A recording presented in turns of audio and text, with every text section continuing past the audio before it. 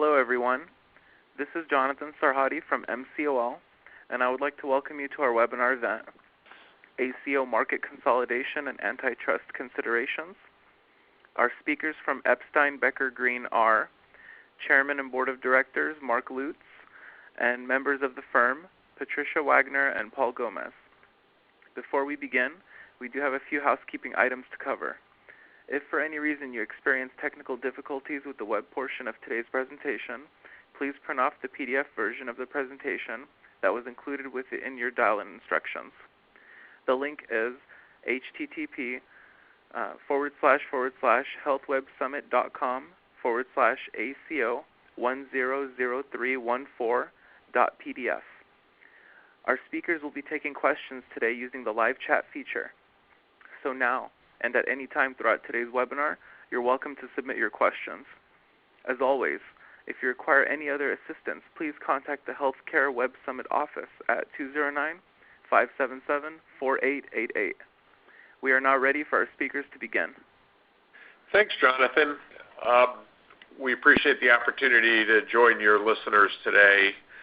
I'm Mark Lutes. I've been involved in managed care collaboration issues from both an antitrust and an operational perspective, sometimes from the payer, sometimes from the provider perspective, sometimes building provider-sponsored managed care plans for about 30 years now. I welcome the opportunity to reflect a bit with you and my colleagues on the continuing saga of provider collaboration in healthcare financing and delivery.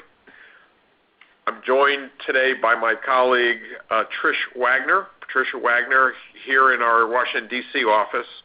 Trish is a leader in our healthcare antitrust practice with broad experience in managed care collaboration counseling, as well as hospital and other merger work.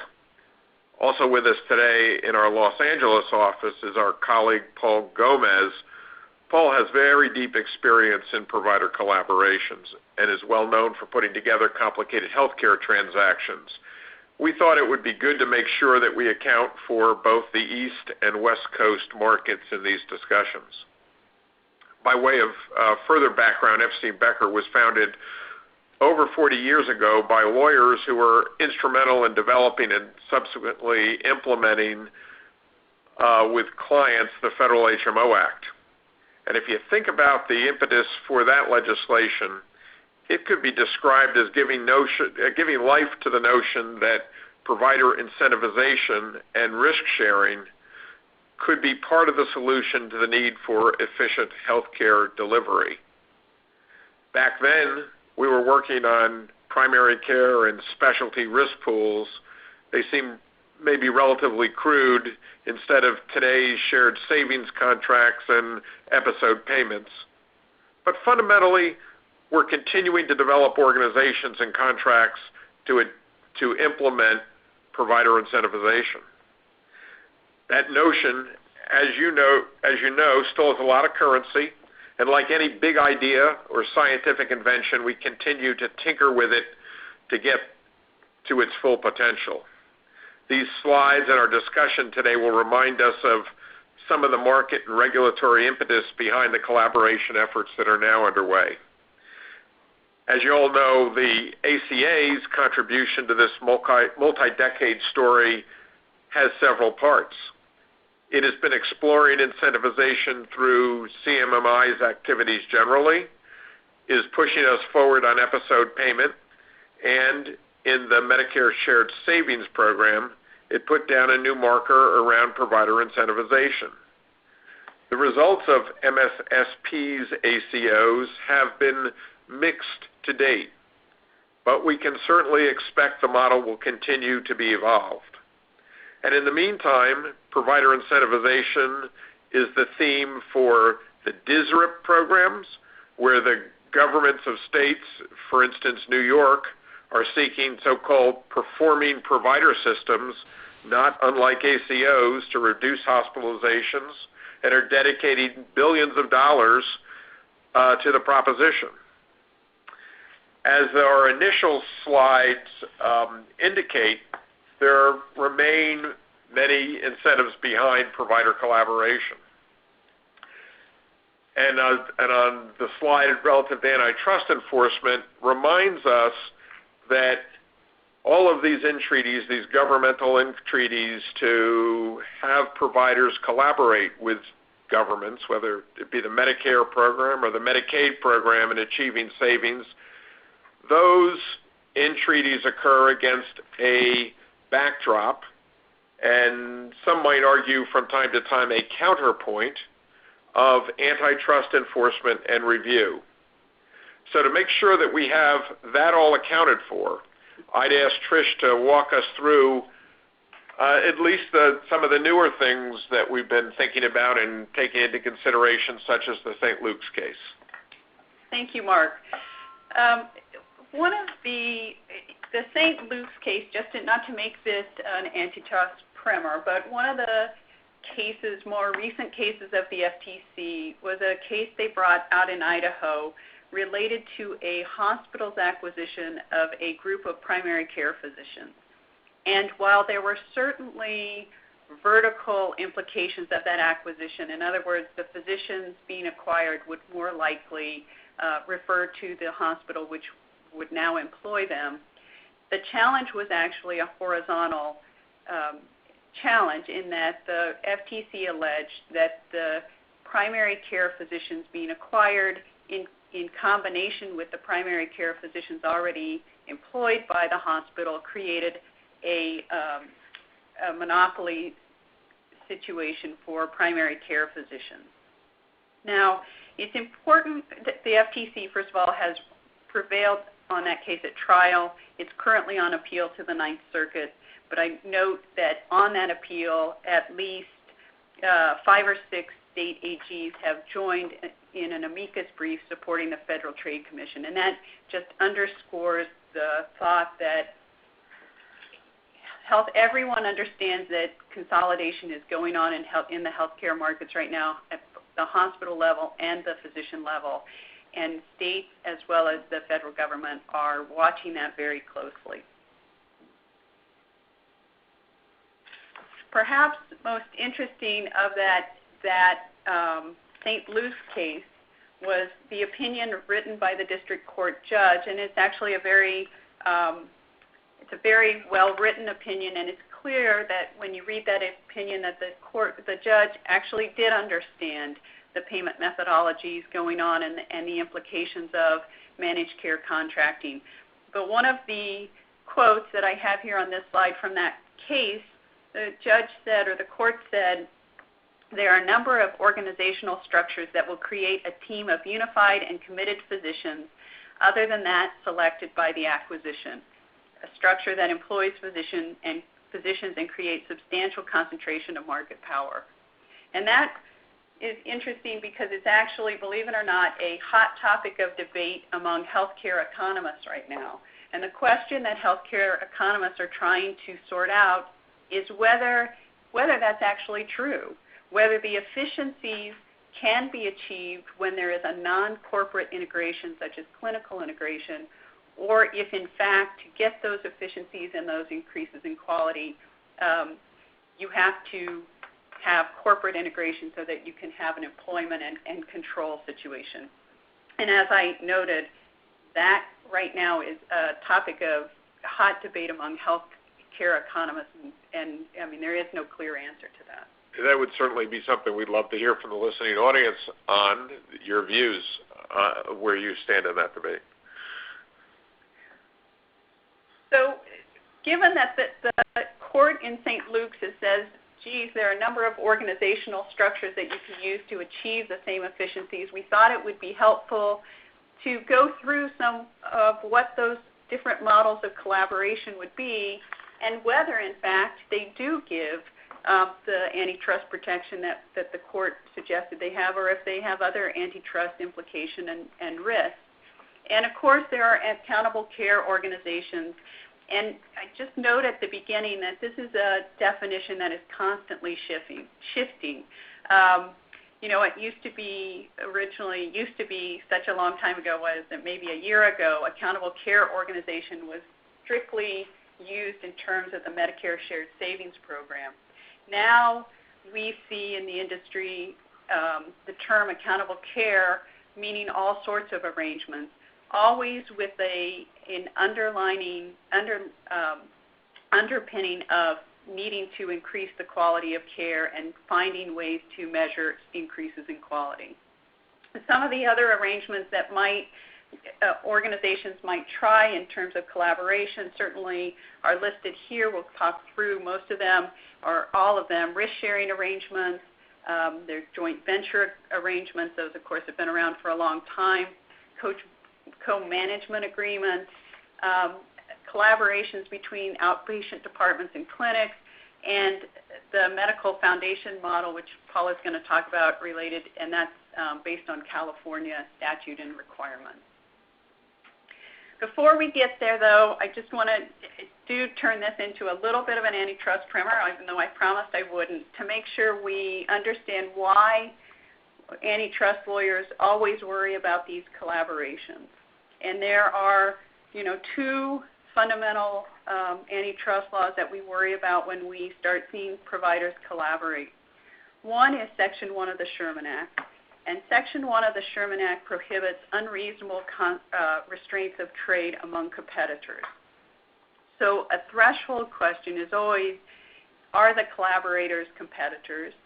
Or, are they potential competitors? Or they could be competitors, but they've decided not to compete. So you can't get out on a technicality.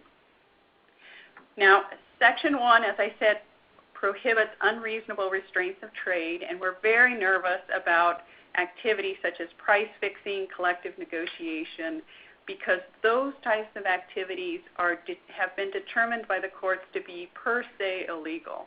And per se illegal means that you don't get to justify that there may be pro-competitive benefits to the arrangement. If something is deemed per se illegal, the justifications won't matter. So first, in any collaboration, you have to get over the per se violation. And there are, of course, ways to do that. One, and probably the most relevant to accountable care organizations and currently any quality type measures, is clinical integration. And if the parties are sufficiently clinically integrated, then the shift of the antitrust analysis shifts from per se to rule of reason. And that's where you get to argue that the pro-competitive benefits outweigh any anti-competitive concerns. And of course, with clinical integration, the overriding goal is to improve quality, improve the patient care, ensuring that the patient gets the right care at the right time. And those are all tremendous consumer benefits that weigh on the side of making the arrangement pro-competitive. Not to forget a throwback to the past, and it still exists. There is still the opportunity to do a messenger model. Often, certainly with independent physicians, they have chosen to use an IPA or independent or a messenger model to work with payers, and under that model, an agent talks to the payers but doesn't negotiate with the payers. The constraint on a messenger model is that the agent truly is a messenger, and messengers, the offers and the responses to those offers back and forth between the payer and each individual physician. It can't even be done collectively with all physicians. And as you can imagine, that is not always the most efficient model, but it does work in some circumstances. In some circumstances, it works very well. So, Trish, Paul, I was just going to, on that point, you mentioned it sort of being a blast from the past.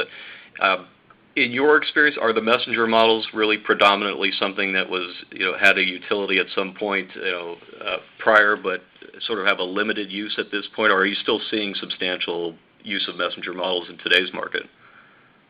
We're actually seeing a rebirth of the messenger model in today's market because often organizations or providers are trying to figure out a way to collaborate, and they may not have all of the bells and whistles, or they may not have the resources immediately to set up clinical integration. And so it's almost as a stepping stone. It's often seen as a stepping stone to getting to clinical integration, that they start with a messenger model just to see if they can get the physicians all pulling in the same direction. So then the next question I'd have for you on this point would be, we're testing these collaborations against a clinical integration screen, or falling back to a messenger model if we're not there. But might that be too high a bar? Is that a necessary hurdle? Is there room to debate that proposition insofar as these collaborations' immediate purpose, which is the first step of a Section 1 analysis, is not necessarily to bargain price. It's to have some joint venturing around a savings methodology layered on top of an existing contract. And while that is you probably agree that hasn't gotten a lot of attention in the discussion to date. Do you think that's a fair observation about whether we could push further on that part of the analysis? I think I think the short answer is yes. I think there may be ways to get comfortable with that analysis. Of course, every organization will have its own risk profile, but there are arguments that would suggest, or that you could make, that if everybody is working together to meet certain goals, to participate in an incentive program, that in many ways is actually mini clinical integration. It may not be full clinical integration, but it may be mini clinical integration. And Mark, to your point, it's not really the negotiation of the underlying rate. It really is the negotiation of the efficiency. Negotiation of the efficiency, so you can attain the incentive payment. Okay. We have not had official guidance from either the FTC or DOJ on that at this point. Now, we shouldn't forget the other concern of collaboration, and that, of course, is in the title of this webinar, consolidation. And that comes under Section 2 of the Sherman Act, which, of course, prohibits monopolization or attempted monopolization by parties.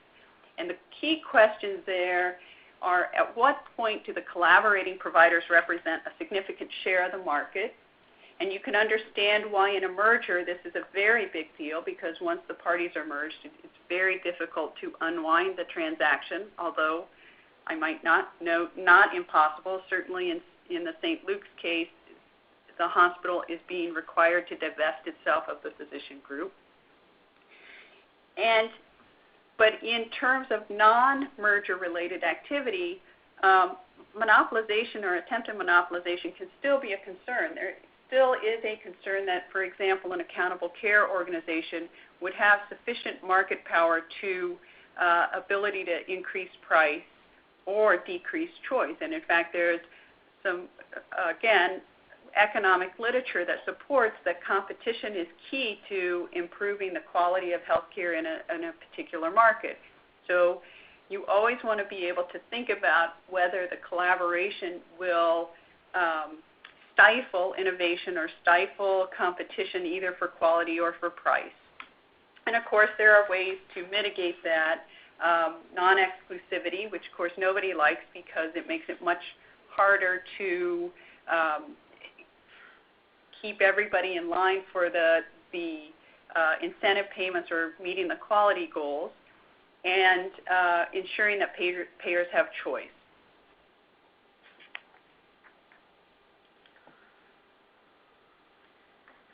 So just quickly, we'll talk about some of the benefits to providers of accountable care organizations, because there are hurdles to overcome. So one of the questions is why do it? One of the first is it is an alternative to a merger or an acquisition, and for that reason alone, it may not get the type of scrutiny that a merger or acquisition could get.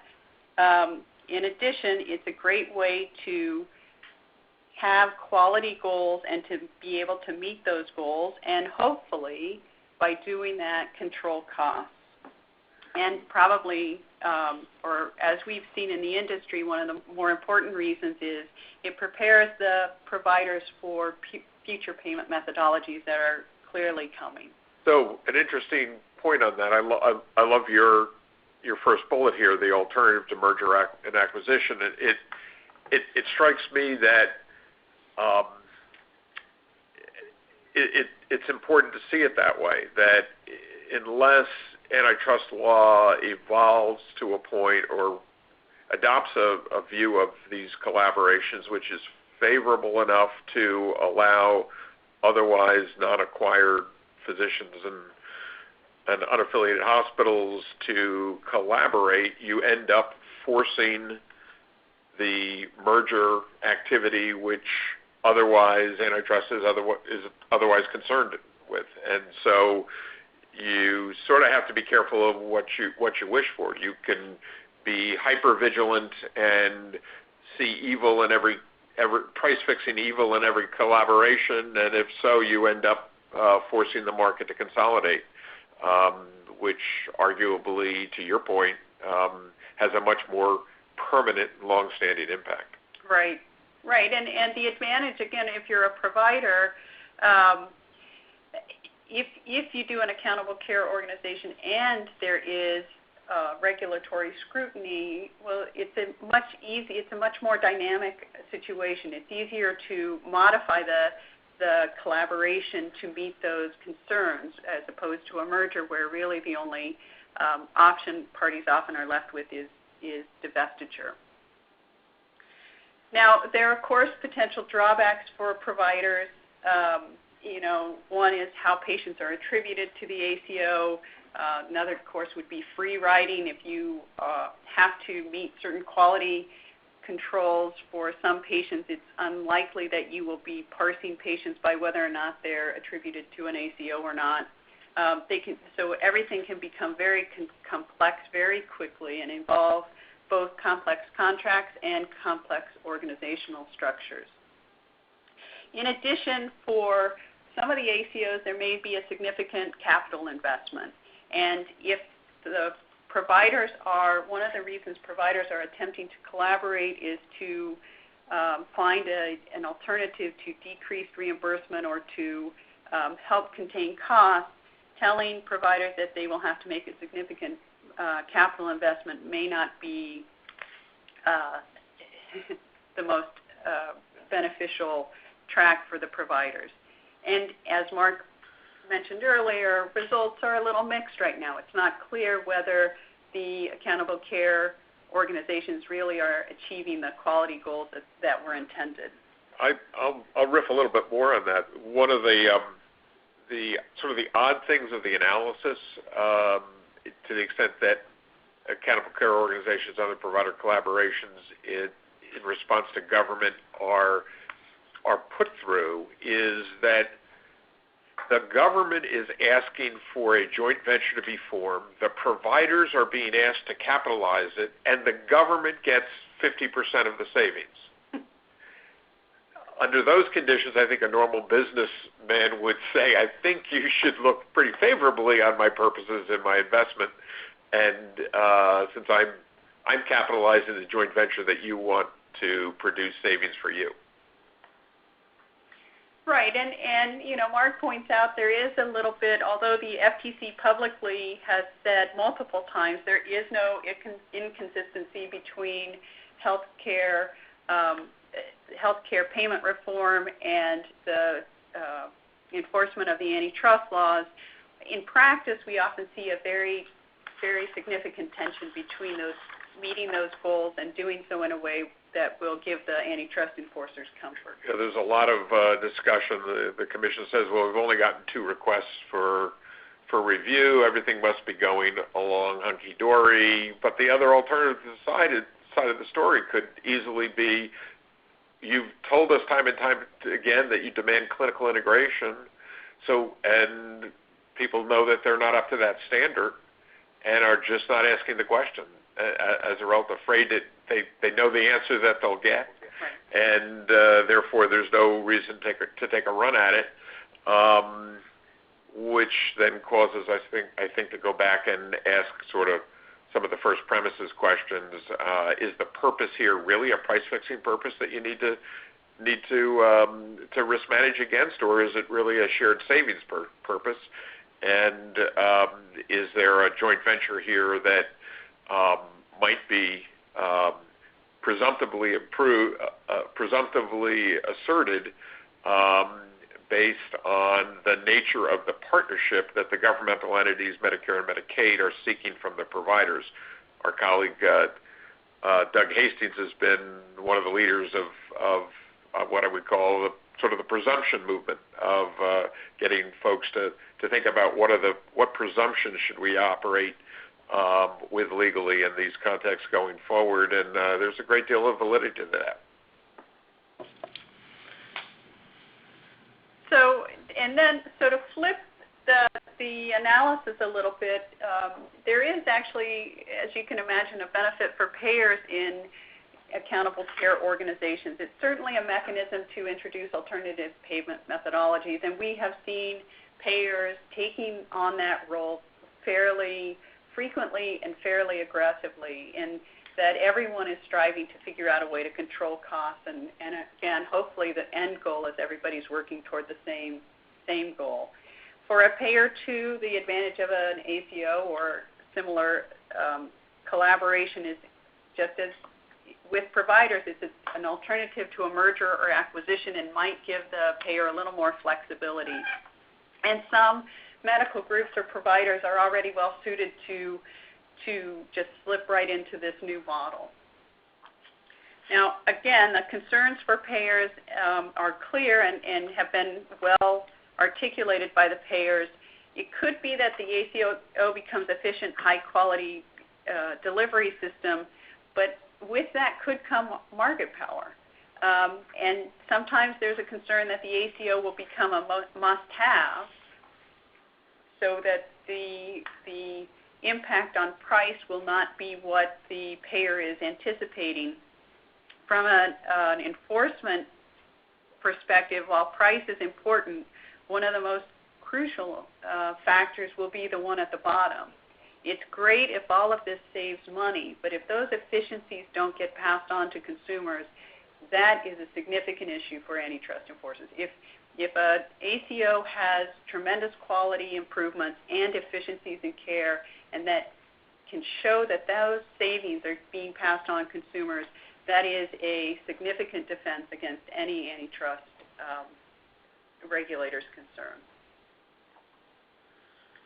And then just so we don't forget, I won't go through these in detail again, but of course ACOs have to think about antitrust, as I mentioned before. Section 1, is it really sufficiently clinically integrated, or is there enough of an overlay, as Mark was suggesting, of some other arrangements so that the accountable care organization can suggest that what it is doing is not negotiating price, but really working toward efficiencies, and then the Section 2 concerns that we just discussed. Trish, this is Paul. If I could, I don't mean to take us back a slide or two, but I just wanted to sort of ask a question about a point that was made a couple of minutes ago, and it was related to Mark had made a point about somewhat of the ACO business model, and making a point that in other industries it might not make a whole lot of sense of folks to pursue if you thought that you would have to share 50% of savings with the government, who is not putting in any real investment into the entity or into the venture, coupled with, as you mentioned a little earlier, sort of mixed results, in terms of quality improvement or the ability to actually realize shared savings. What's your thought about why, despite those concerns, the ACO model still is something that's being, has been pursued, seems to be continued to pursued with a great deal of interest from many different parties? Is it really that despite that, do you think providers are looking at this and thinking, despite those concerns, this really is one of the better known models that will just best position us to take advantage of the changing payment methodologies as they are and as they might evolve? I'll take a first shot at that. We'll let Trish jump in. I think that it's less infatuation with the current shared savings methodology and more realization that provider incentivization, the same provider incentivization that I talked about that we've been working on for 40 years or more, is inevitable, and that this is one mechanism available now to be prepared for that shift. It's sort of the training wheels theory, or many different terminologies float out there, getting your feet wet. So it's less an infatuation with the current shared savings methodology and more a thesis that we will have to take risk going forward in some fashion, whether it be in performing on bundles or some form of a shared savings program as it evolves. So let's start here and learn the lessons in a microcosm before it gets bigger. Right. So sort of, acknowledging that there are some, maybe some kinks or improvements that need to be made, but notwithstanding that, sort of a thought that this is putting us in a better position to be able to respond to the way that payment methods are changing. That I agree. And okay. I guess I would, maybe in a rare occurrence, not be optimistic. We've worked with some providers who really believe that this is the right way to provide care, and the payment is almost secondary to it. So to the, I think it's a mixed bag. I think there are providers who are truly committed to making sure that there isn't an overuse of services, and that services are being provided, again, right care at the right time. And I think that drives it as well. No, I think that's a good point. So shifting gears a little bit, we're thinking about payment methodology changing, and often associated with an accountable care organization or some other collaboration is the thought of a risk-sharing arrangement. Now, again, from an antitrust perspective, a true risk-sharing arrangement, providers who are participating in a true risk-sharing arrangement can collectively negotiate. But the FTC and DOJ guidance is not really clear on what they consider substantial risk, although the examples that they give are things like capitation. Capitation is clearly a risk-sharing arrangement.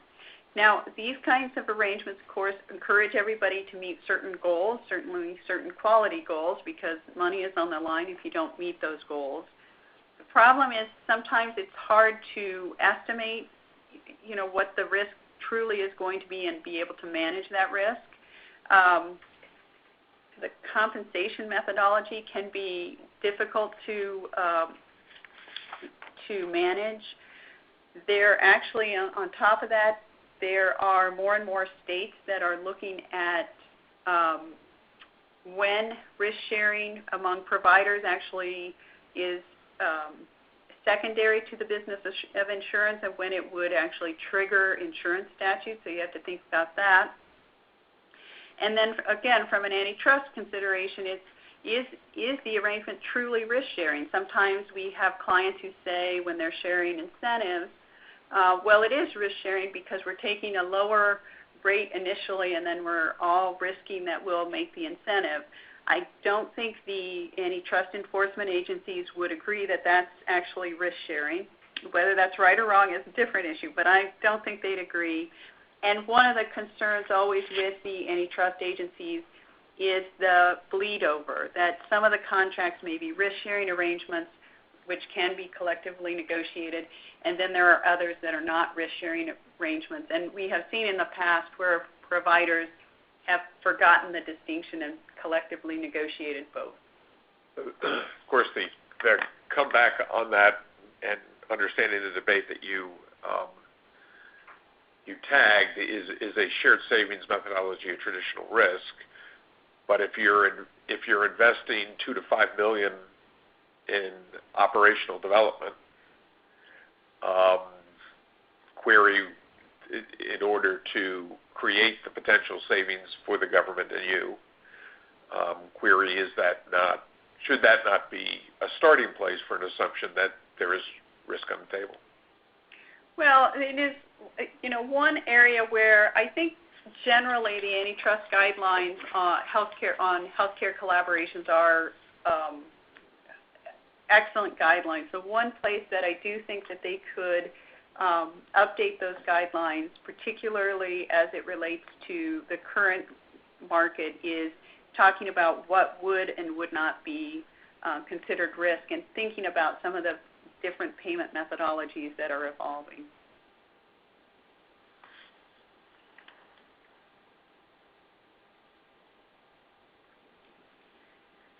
With that, I'll turn it over to Paul, and he can start talking about other collaborations, for example, joint ventures. Thank you, Trish. And you're right, we will be going through some different collaboration and affiliation models that are fairly typical across the country, with possibly the exception of the Medical Foundation Clinic model, which is probably more unique to California, although I think there are probably some variations on that model in different parts of the country as well. This will be sort of a high-level survey of some of the other affiliation models and integration models that are available. It's definitely not an exhaustive list, and we will have to keep this at sort of a high level. I could probably spend an hour on each of these in a different format. But I'll start first with joint ventures. And joint ventures typically will involve joint funding from the participants who agree to be part of the venture. They'll share in the profits and losses, and the sharing of the profits and losses should be proportionate to the capital investment that's made by the participants in the particular joint venture. Joint ventures will also provide, typically within their corporate governance documents or organizational documents, the means by which the entity will be governed.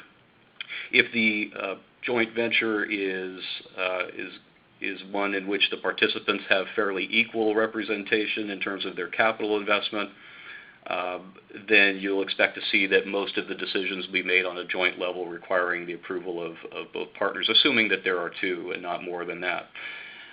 However, you can arrange for different kinds of structures if that makes sense for the parties to do. For instance, in one case, if you have one of the participants in a joint venture, for instance, a hospital, which may often be a nonprofit entity, the hospital may need to have certain reserved powers that it makes for itself within the joint venture's governing documents. It may need to have some level of control over certain aspects of the operation to make sure that the joint venture is operating in a manner that's consistent with the nonprofit entity's charitable mission. And that goes to some tax reasons, including unrelated business tax income or UBTI, as well as some tax exemption concerns.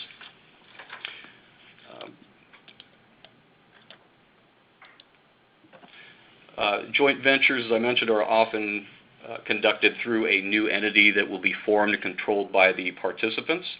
And there's two major types of joint ventures, and most of this will assume a hospital and a medical group participant.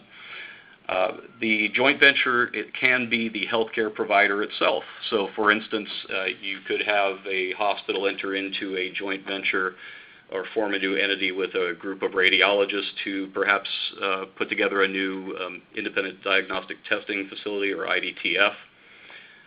Or it could have a different nature of a joint venture that will focus more on the provision of management services or equipment, provision of space, or maybe some combination of all the above. So going back to the previous example of where the joint venture is the actual provider of health care.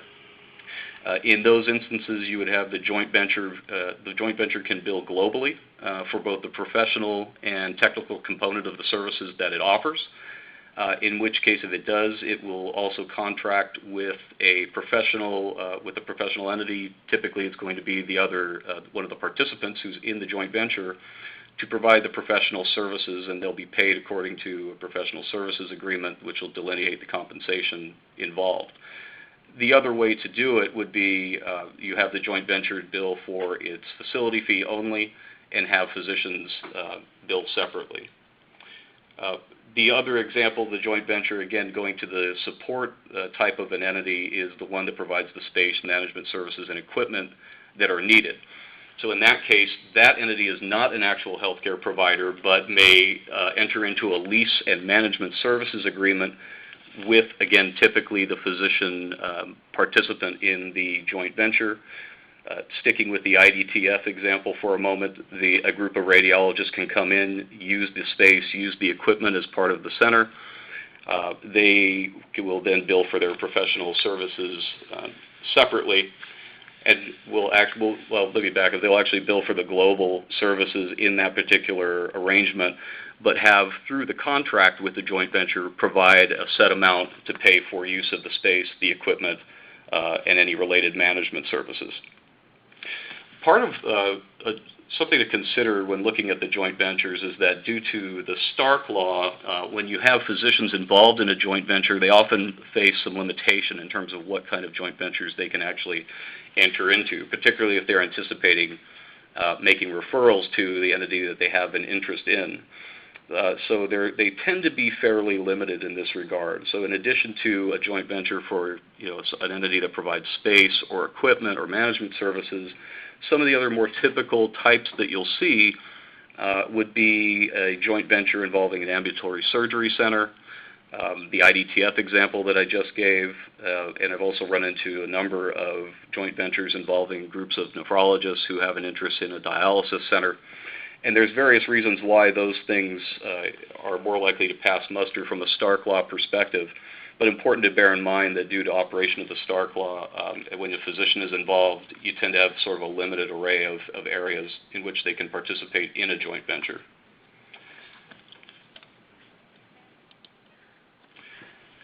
So then we have the question, is the arrangement a true joint venture, and is the joint venture an input or an output venture? Trish or Mark, I don't know if you wanted to sort of offer a few comments on that from that perspective. Sure, and just a reminder that we always want it to be a true joint venture as opposed to a cartel. When a joint venture is an input joint venture, say for example the parties are collaborating on laundry services or some other back office service that goes into providing support, that it is much easier to do an analysis of the antitrust implications of the joint venture as opposed to an output joint venture, which would be provision of services. So, for example, collaboration maybe on cardiology. And again, just the same antitrust issues that would arise in any accountable care or any other collaboration will occur in a joint venture analysis as well.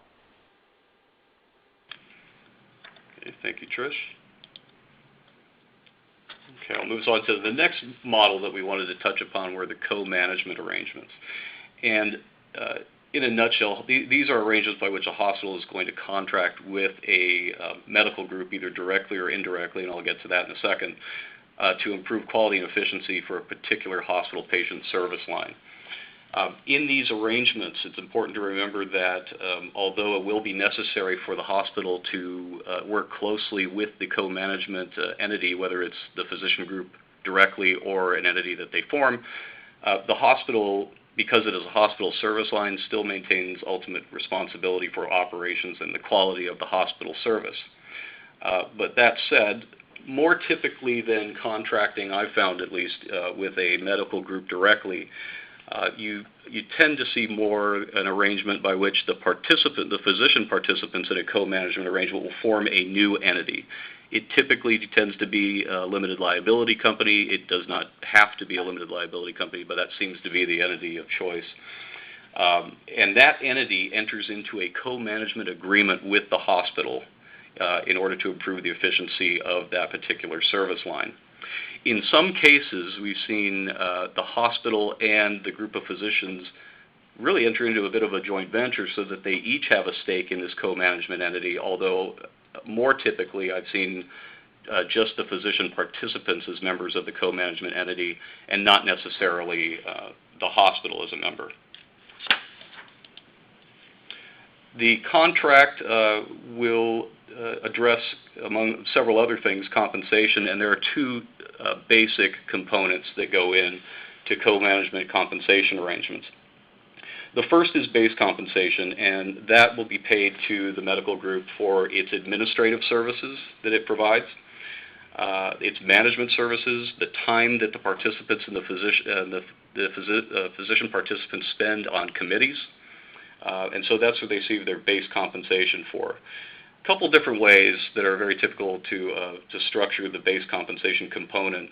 It can be a fixed monthly fee that the parties agree upon, again, strictly for the time that the physicians are spending in engaging in the efforts necessary to improve clinical efficiencies and clinical quality. Or it can be also a variable type of an arrangement, which means that it depends upon the number of hours worked. So the parties in that sort of a case can agree upon what the hourly rate would be. The co-management entity would invoice the hospital for the number of hours. If that route is taken, it's fairly typical to have some sort of a maximum cap so that the parties have some sense of, of where limitations on that might lie. But either arrangement is acceptable, and there are a few other variations on that as well. Beyond the base compensation component, there is typically an incentive or bonus component, and that is earned depending upon whether the quality metrics that are agreed upon by the parties in advance are achieved. There is, and some are all or nothing type of arrangement, meaning that the physicians will receive that additional component of the compensation if all quality metrics are achieved at the agreed upon levels. What's more typical, at least in my experience, is to have more of a tiered approach on the incentive piece so that physicians will achieve certain levels of the available pool and incentive compensation depending upon how well they do and how well the service line really ends up doing as measured against the quality metrics that are agreed upon by the contract. As you look at how the base comp and incentive comp pieces compare with each other in terms of total amounts, there's no real hard and fast legal rule that tells you what percentage incentive compensation should be relative to base compensation or vice versa. But most of the commentary that I've seen, most of the guidance, and most of the arrangements that I've been involved with typically involve incentive compensation amounting to at least 50% of the total compensation that the co-management entity and its physicians can earn by virtue of the services that they're providing. Beyond the compensation, there are governance issues are a major part of a co-management services arrangement. If a hospital is part of that co-management entity, you may tend to see more of the governance issues addressed in terms of equal membership on the board of the co-management entity. You may see more of the government issue, or governance issues addressed in the governing documents of that particular entity. But in cases where the hospital is not part of the entity, you tend to see more of the governance issues addressed in the co-management agreement itself.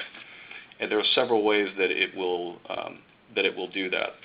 There are typical committees that will be formed by the co-management arrangement, which will most typically offer joint or fairly equal representation by both physician members and participants in the co-management entity along with the hospital.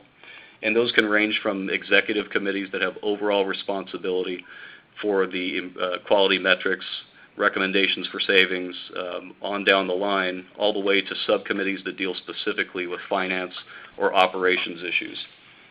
And there's not any one formula that's prescribed, and there are variations on that. But that is typically the kind of governance issues, and they're addressed most often and in detail in the co-management agreements.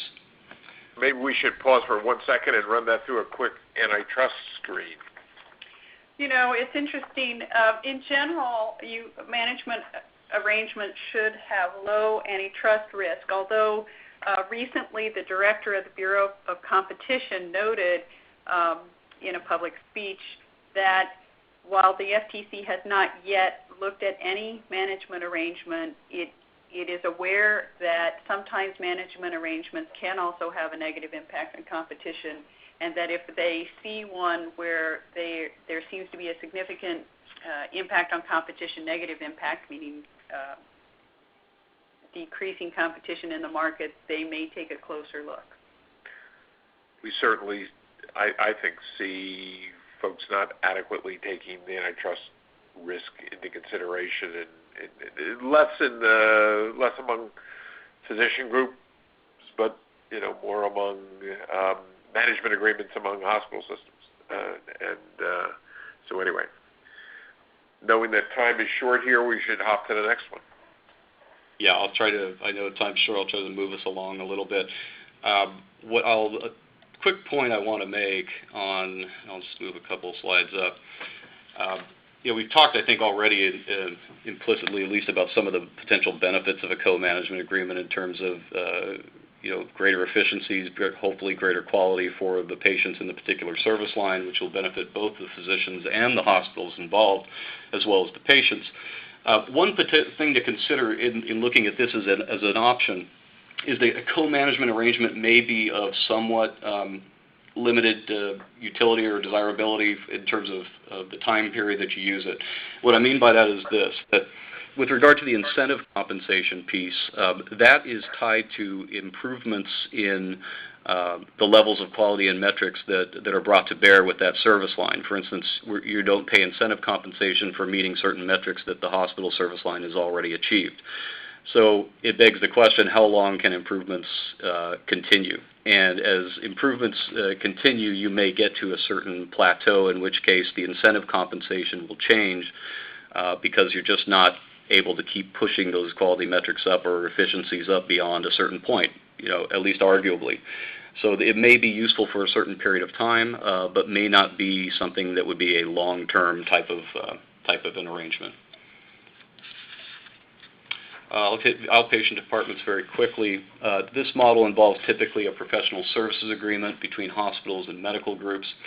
The two basic compensation structures are either that the hospital can bill globally for all services, facility and professional, in its hospital outpatient department or clinic.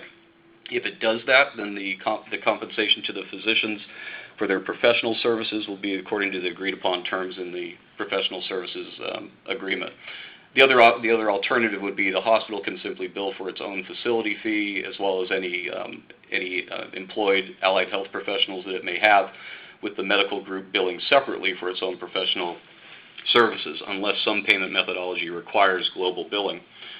In terms of alignment strategy, I would submit that it would, and you're not just looking to get coverage for the department, but really looking to pursue better alignment strategies, it's probably better to go with a global billing arrangement with compensation flowing to the physicians according to terms that help to align the incentives of the hospital and the medical group a little more closely.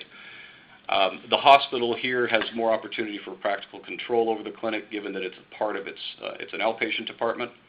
In some cases, a structure like this could involve purchase of physician assets and then conversion of the physician clinic to a hospital outpatient department, although I see those kinds of approaches in this model less frequently than maybe we did in the past. And something to consider is that once it becomes a hospital outpatient department, there are all sorts of added costs involved in terms of integrating it with overall hospital operations. If it was not part of the hospital before, it will be subject to medical staff review, building and safety codes that apply to specifically for hospitals, licensure requirements, and other separate provider enrollment considerations. So a few things to balance out some of the potential benefits. And I'll take us to the license-exempt medical foundation clinic.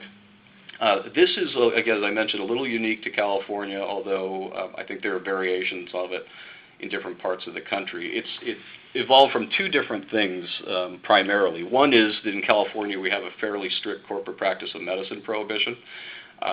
So in a nutshell, the licensed medical foundation clinic model has evolved as something that in California is somewhat close to an employment model, but able to do it in a way that still comports with the requirements of the corporate practice of medicine prohibitions.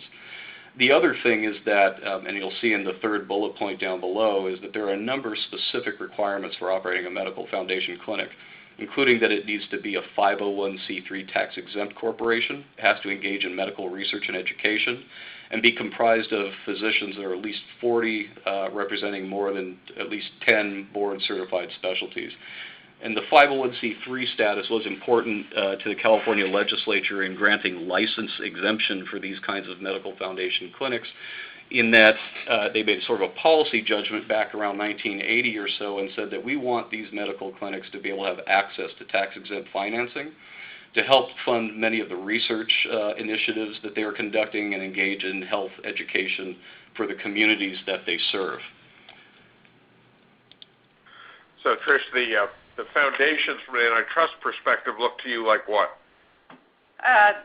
They look to me, they are generally, again, it looks to me, depending on how it's set up, could be an organization which would be considered a single organization, but part of that depends on how it's set up and how responsibilities flow from that. Right, and the medical foundation is a separate entity from the professional medical group with which it will contract for the professional services that it will require. The professional services agreement is usually the central document in this kind of a model and transaction. And I'll get to a few things that it addresses in just a moment. It often involves, when a medical foundation is expanding, purchase of a physician practice, which then can become an additional location of the overall medical foundation clinic. With large groups, the asset purchase agreement can be a very complex document as well, particularly if you are buying substantially all the assets of the business, including intangible assets where that's permitted. And it can involve non-competition agreements and lots of other ancillary documents.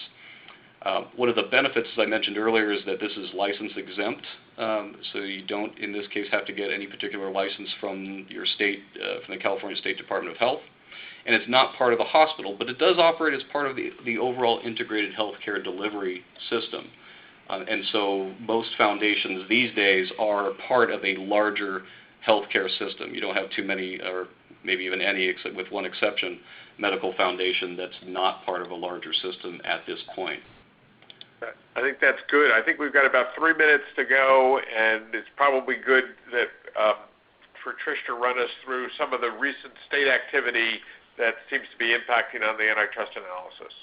Sure, and just quickly, we are seeing a lot of states understanding that providers are faced with a dilemma of what to do in terms of collaboration, in some cases just to survive. Some states have developed what we call COPAs, Certificate of Public Advantage. It takes varying names in different states. And it's a process where collaborating providers can actually seek the state approval of certain collaborations or mergers, thus getting what we call in the antitrust world state action immunity. So they get, the state passes legislation allowing for this, the state approves the transaction, and then the state actively supervises it, which means the parties actually have to provide, usually on an annual basis, written statements of what goals they're meeting, how they're meeting quality goals. All of these statutes that I've seen to date, or the regs attached to them, allow for a divestiture or unwinding of the collaboration should the parties fail to meet those goals. That's something we've had a decade or more experience with in some states, but we're finding interesting. There are new ones moving through the system. Right, and of course, many states are also doing ACO type regulations. What the perhaps most interesting to me is from an antitrust perspective, our states are taking a more active role in monitoring collaborations. As many of you know, if a transaction is large enough, it will trigger Hart-Scott-Rodino filing, and so capture at least an initial look by the Federal Trade Commission or Department of Justice. There are some transactions, particularly physician acquisitions, that would rarely, if ever, trigger that Hart-Scott-Rodino filing notification requirement. So some states are starting to address this and requiring providers to, or healthcare entities, to send notice to the state in the event of a material change to an organization. And I won't read through these slides, but the two states that have been pretty forward-thinking in this are Massachusetts, who has a whole health policy commission that does a pre-look at some of these transactions to determine whether there is a concern, a health policy concern, which would result in them recommending it to the state AG for further action. And then the Connecticut statute, which again requires notice of a material change, but this one goes directly to the Connecticut state AG. It's not clear to me at this time. State AGs generally, they have a lot on their plate, so it's not clear to me how the Connecticut process will actually work in practice. Thanks, Trish. I think that gives us a lot to think about as we go forward, looking at the purpose and effect of some of these collaborations, which, after all, is what the Sherman Act tells us we should be doing. Jonathan, I think we should turn it back to you.